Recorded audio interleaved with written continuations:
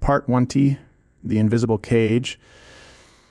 Have you ever stopped to look around and realize that something is fundamentally wrong with the way we live? It is a startling reality. If you were to gather 100 people in a room today, 90 of them would spend their entire lives working tirelessly only to end up broke. This isn't happening because these people are lazy or because they lack intelligence. Most of them are incredibly smart and hardworking. The issue is that they are trapped in a system they don't even realize exists. It's like a rat on a wheel. The rat is running as fast as it can, sweating and exerting massive effort, perhaps even feeling a sense of pride in its speed, but at the end of the day, it hasn't moved an inch. It is still inside the cage. For 90% of the population, life has become a repetitive, mechanical cycle, waking up, heading to a job, receiving a salary, spending every cent of that salary, and then repeating the process the next day. This continues for decades until at age 60, they look in the mirror and wonder where their entire life went. This isn't truly living, it's a treadmill. The most dangerous part of this trap is that it doesn't look like a threat. In fact, it looks like the right way to live. It feels safe and comfortable. Society actually rewards you for staying inside this cage.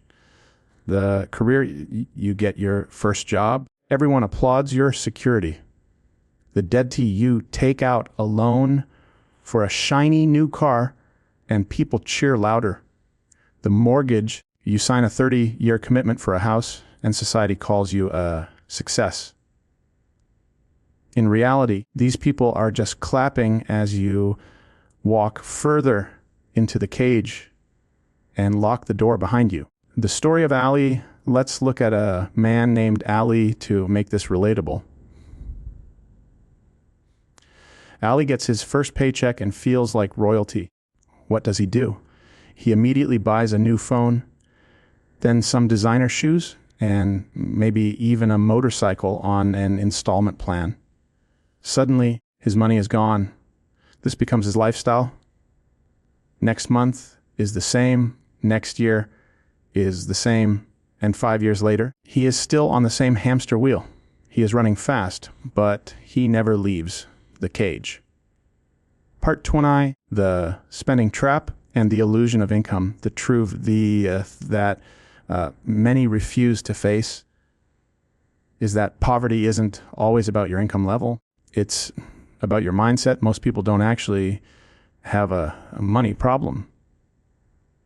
They have a spending problem.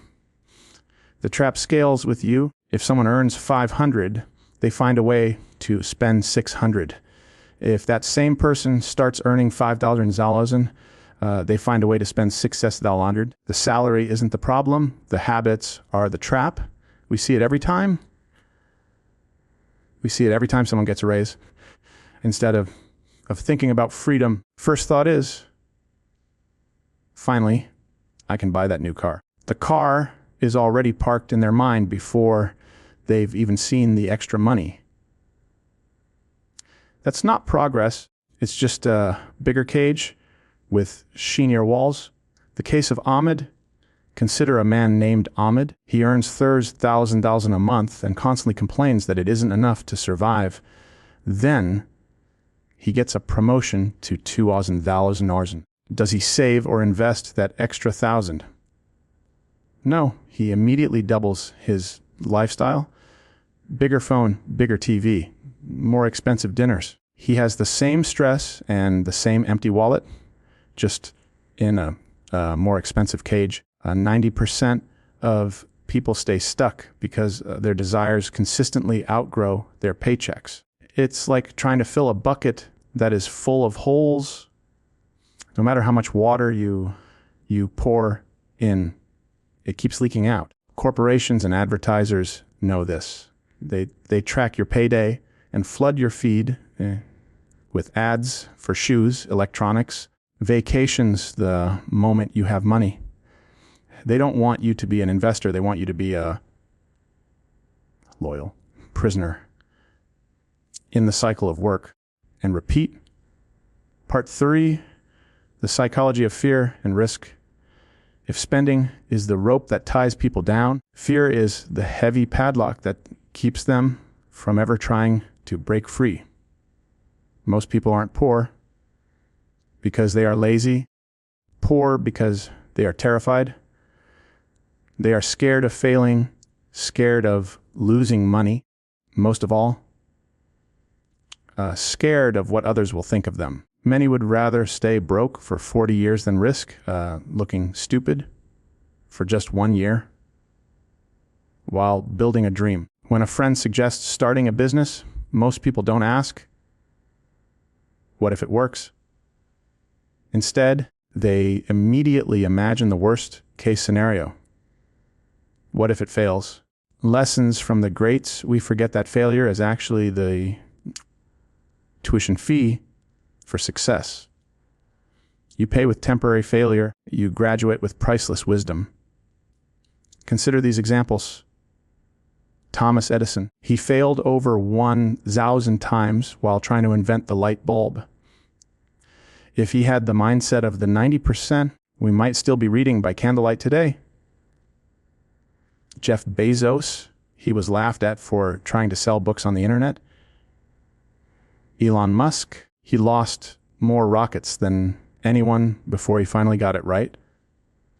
Colonel Sanders, he was rejected over 1,000 times before anyone would buy his chicken recipe. If these men had listened to their fear, we wouldn't have Amazon, Tesla, or KFC. The irony is that people who are scared of failure are already failing. If you spend 40 years in a job you despise only to retire with nothing, that is the ultimate failure. By refusing to play the game because you might lose, you actually lose by default. Part 40, the comfort trap and the pot of water. Fear is the lock, but comfort is the soft cushion inside the trap. People stay in poverty not because they lack the ability to leave, but because they are too comfortable being uncomfortable. Think about the person who hates their job and complains every single day, but refuses to quit. Why? Because the paycheck at the end of the month feels safe. It's like sitting on a broken chair. It hurts. You've sat there so long that the idea of standing up feels more painful than the chair itself. The boiling frog, imagine a man sitting in a pot of warm water. At first, it's relaxing. As the heat increases, he tells himself, "It's fine, I know, this pot." Eventually, he is cooked. That is the story of the 90%. They choose Netflix over learning, gossip over networking, and sleeping in over building a future. Companies use this to their advantage. They offer just enough bait, free coffee, air conditioning on Friday pizza to keep you comfortable enough that you never think about leaving. But comfort today is often the cause of poverty tomorrow. Part 5E, the crab bucket. In your social circle, the final set of chains holding you back are the people around you. Poverty is contagious. If you spend all your time with negative, small-minded people, you will eventually catch their habits and their limits. When you try to improve yourself, your own circle is often the first to try and stop you. You want to start a business. They tell you it's too risky. You want to invest. They call it gambling. You want to be different. They tell you not to be special. This is the crab bucket effect.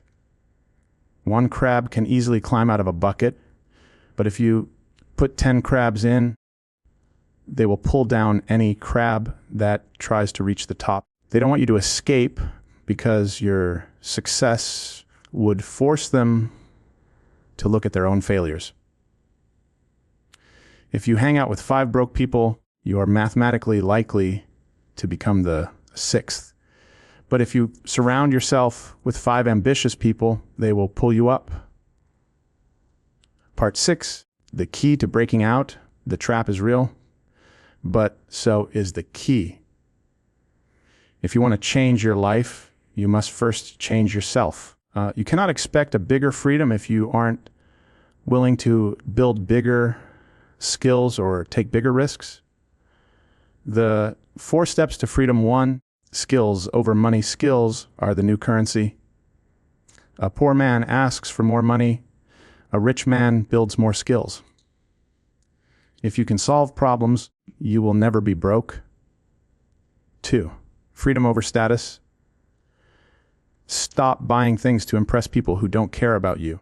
A new phone is a distraction. An investment or a business is a key to the cage. 3, face the fear. Accept that you will fail and embarrass yourself. Every mistake is just a receipt for the wisdom you are buying. 4, change your circle. If your friends laugh at your dreams, find new friends. Loyalty to negative people isn't kindness, it's suicide for your future. Final thought: the trap that keeps 90% of people poor isn't the economy or the government, it is their own choices. Choose discomfort today so you can buy your freedom tomorrow. Work while others sleep. Learn while others party. Save while others spend. Once you see the cage, you have the power to break out of it. The key is in your hands.